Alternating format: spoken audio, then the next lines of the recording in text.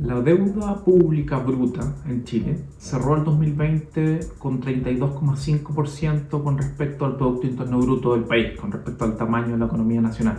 Eso es aproximadamente 4,5 puntos porcentuales más que el año 2019. Esto se debe fundamentalmente a mayores presiones fiscales para gasto social, a raíz de la revuelta social de 2019 y de la pandemia, de la cual aún no salimos. Pero es muy importante considerar que esto se provoca por una carga tributaria muy pequeña que Chile arrastra desde hace 15 años aproximadamente. En los últimos 15 años, Chile ha recaudado entre un 19 y un 21% del PIB en impuestos, cuando debería recaudar en torno al 28 al 30% del PIB.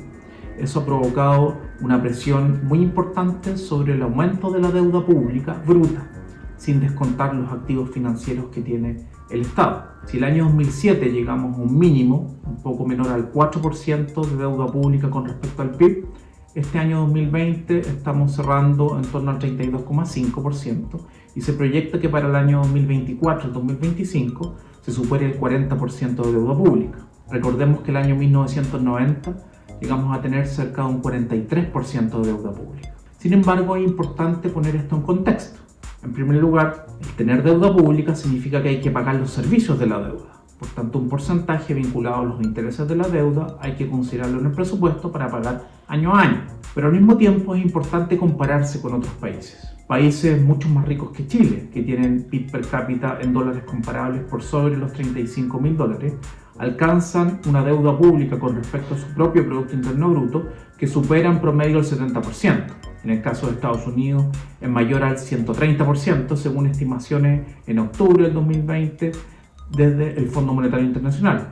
Y países similares a Chile, con un PIB per cápita parecido, como Uruguay o Croacia, tienen una deuda pública por sobre el 70%, casi 70% en el caso uruguayo, casi 90% en el caso de Croacia, sin tener problemas fiscales necesariamente. Por tanto, aumentar la deuda no es un problema per se.